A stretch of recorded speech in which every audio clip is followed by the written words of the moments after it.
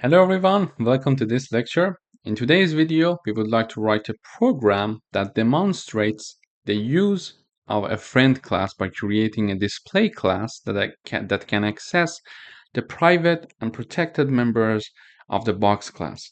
Basically, a friend class is needed when another class requires direct access to private and protected members of a class. So it allows tight coupling between two classes for specific operations while maintaining encapsulation in other contexts. So let me give you an example.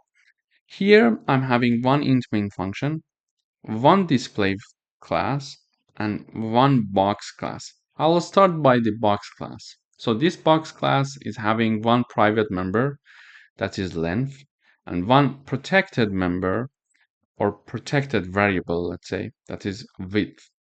And in the public part, we are having the constructor here that is going to initialize the length and the width that are these two private and protected variables of the class. And also we are having a friend class declared here. So we are having class display and we are using the friend keyword here. So we're declaring this display class as a friend of this box class. Okay. Then I'm having this display class being declared, and in the public part, it is having one void function, and it is accepting in the argument, it is accepting an object of the box class, and it is basically going to access private and protected members of the box class using the object that is created. So b.length and b.width is going to help us to access the private and protected variables of the main box class. So as you see here, this function is of void type, so it's not going to return anything, and it is accepting an object of the box class as the argument. And using that object, we are accessing private and protected variables of this box class here. So let me jump into the int main function. So here we would like to write a program that initialize values for these two variables, length and width, and then access these two variables using this show function that is in a friend class display. To do that, I'm creating an object B of the class box, which is the first class. And because it has a constructor accepting two arguments, I'm setting the length and the width. Length is the first argument, so 10 is going to be assigned to length and 20 is going to be assigned to the width because W is the second argument. So the second argument 20 and W is going to be assigned to width. So this is how we are initializing these two private and protected variables of class box.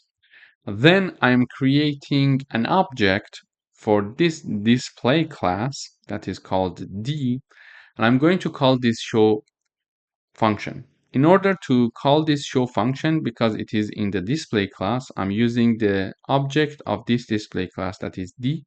So d.show is how I'm going to call this function, but this function is accepting one argument, and the argument is the object created from the box class.